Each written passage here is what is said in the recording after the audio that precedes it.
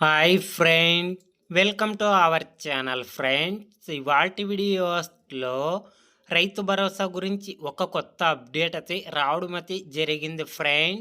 ఆ అప్డేట్ ఏంటో మనం ఇప్పుడు ఈ వీడియోలోనైతే తెలుసుకుందాము. మీరు ఈ వీడియోని ఎక్కడ స్కిప్ చేయకున్నట్ల చివరి వరకు చూడండి ఫ్రెండ్.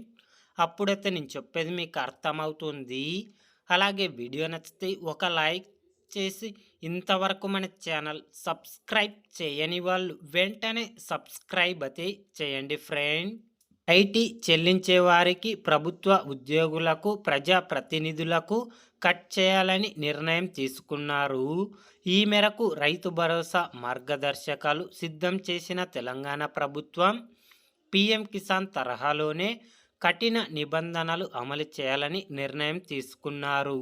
కుటుంబంలో ఎంతమంది పేరిట భూమి ఉన్నా అందరిది ఒకే లెక్కన కట్టి కుటుంబం యూనిట్ లాగా తీసుకొని గరిష్టంగా 7 ఎకరాల వరకే రైతు బంధు పరిమితం చేసి అంతవరకే రైతు భరోసా ఇచ్చేందుకు సిద్ధమవుతున్నట్లు ప్రభుత్వం నుంచి అప్డేట్ రావడం అయితే జరిగింది ఫ్రెండ్స్. కాబట్టి ఒక ఇంట్లో ఎన్ని పాస్ పుస్తకాలు ఉన్నా ఒకరికి మాత్రమే రైతు భరోసా డబ్బులు, అవి కూడా 7 ఎకరాల వరకు మాత్రమే రైతు భరోసా డబ్బులు జమ చేయడానికి తెలంగాణ రాష్ట్ర ప్రభుత్వం సిద్ధమైతే అవుతుంది ఫ్రెండ్. జనవరి నెల నుంచి అర్హత ఉన్న ప్రతి ఒక్కరికి రైతు భరోసా డబ్బులు జమ చేయడం అయితే జరుగుతుంది ఫ్రెండ్.